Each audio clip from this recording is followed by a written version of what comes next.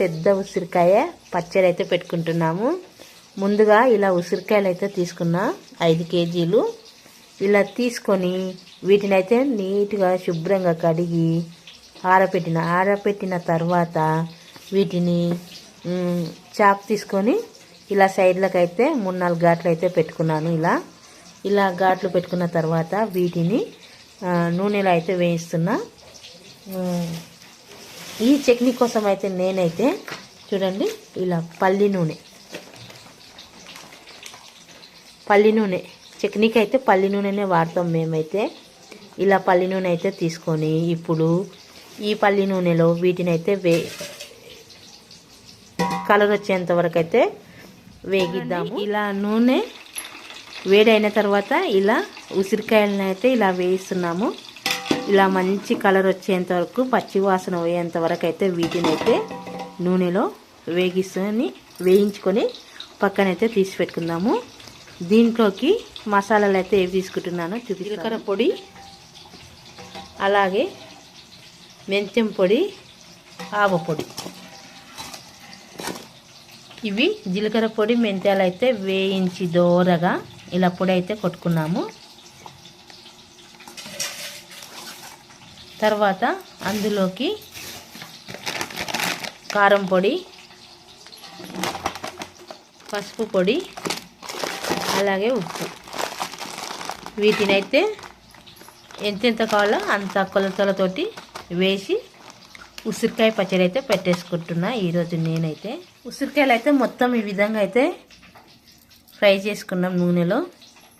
ఇవి చల్లారిన తర్వాత నూనెలో పోపు పెట్టి నూనె చల్లారిన తర్వాత అందులో కావలసిన మసాలాలు వేసి కలిపి ఈ ఉసిరికాయ పచ్చడి అయితే పెట్టేసుకుందాం. నేను తీసుకున్న 5 కేజీల ఉసిరికాయలన్నీ ఇలా వేగిపోయినవి నూనెలో వేయించి పక్కకు తీసి వీటిని చల్లారబెట్టుకుందాము. ఆలోపు పోపు అయితే రెడీ చేసుకుంటున్నా. చూడండి ఇలా పోపు అయితే రెడీ చేసుకుంటున్నా. ఇందులో ఏం వేయలేదు, జీలకర్ర ఆవాలు, అలాగే మెంతులు, కొంచెం అల్లం వెల్లుల్లి పేస్ట్. వీటిని ఇప్పుడు చల్లారబెట్టుకుందాము.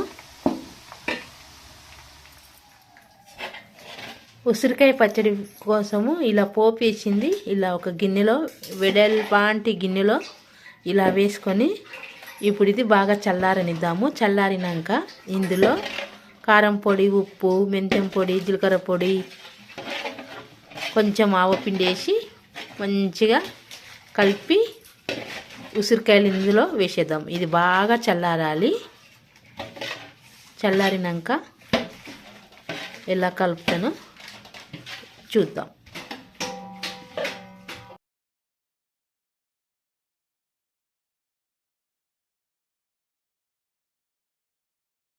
ఇప్పుడు పోపు అంతా చల్లారిపోయింది. ఇప్పుడు వీటిని అయితే కలుపుకుందాము.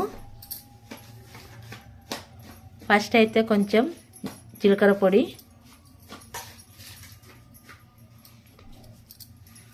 అలాగే మెంతి పొడి, నేనైతే అందాల మీద వేస్తున్నా, అలాగే ఆవపిండి ఉసిరికాయ పచ్చడికి ఇలా వేసేసిన తర్వాత కారం పొడి,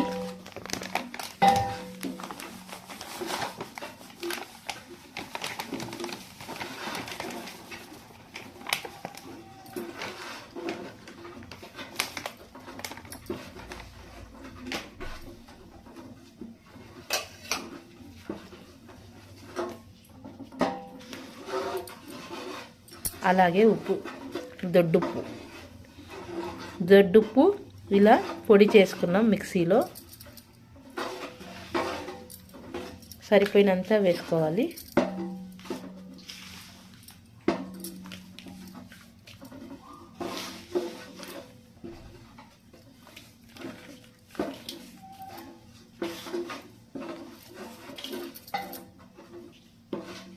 ఇప్పుడు ఉసిరికాయలు వేసుకుందాం. వేయించిన ఉసిరికాయలు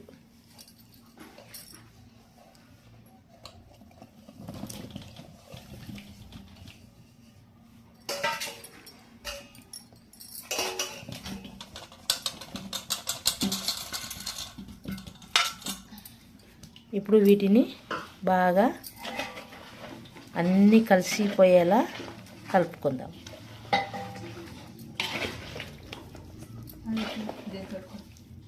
కలుపు, ఇంకో సైడ్ కలుపు. కారం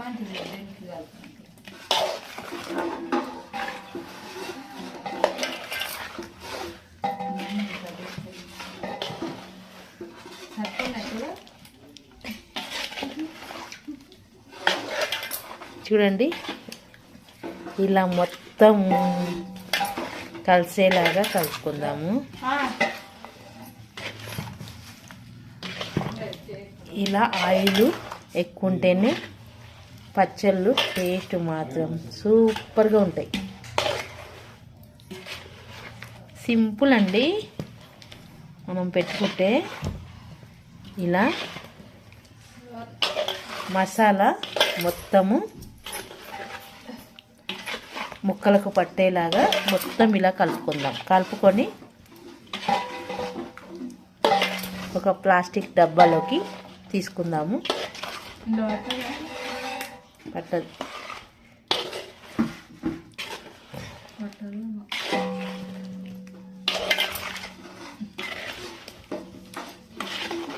చూడండి,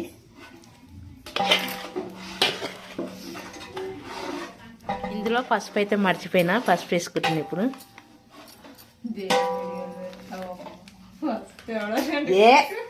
ఇప్పుడు పసుపు అయితే వేసుకొని ఇలా పూర్తిగా అయితే కలిపేసుకుందాం.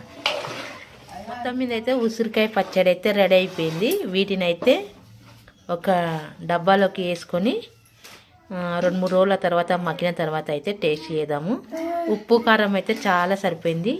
టేస్ట్ మాత్రం బాగుంది. మళ్ళీ కలిపినప్పుడు కొంచెం ఉప్పు గిడ తక్కువ ఉంటే అప్పుడైతే ఉప్పు అయితే వేసేసుకుందాము. నూనె మాత్రం చాలా అంటే చాలా సరిపోయింది.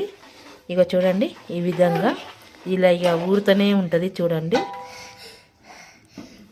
ఇలా టేస్ట్ మాత్రం చాలా బాగుంది. వేడి వేడి అన్నంలో టేస్ట్ మాత్రం బాగుంటుంది. ఎండాకాలంలో తింటే ఇంకా సూపర్గా ఉంటుంది ఇది.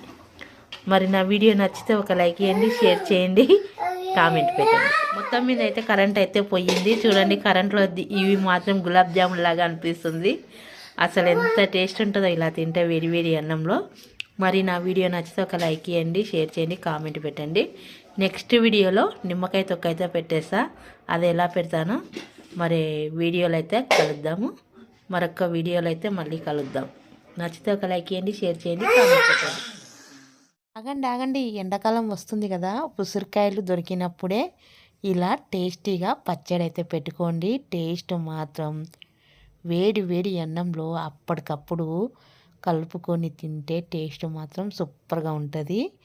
అలాగే నిమ్మకాయలు ఈ సీజన్లో ఉసిరికాయలు చాలా తక్కువ రేటు దొరుకుతాయి కాబట్టి ఖచ్చితంగా పచ్చడి పెట్టుకోండి. నా వీడియో నచ్చితే ఒక లైక్ చేయండి, షేర్ చేయండి.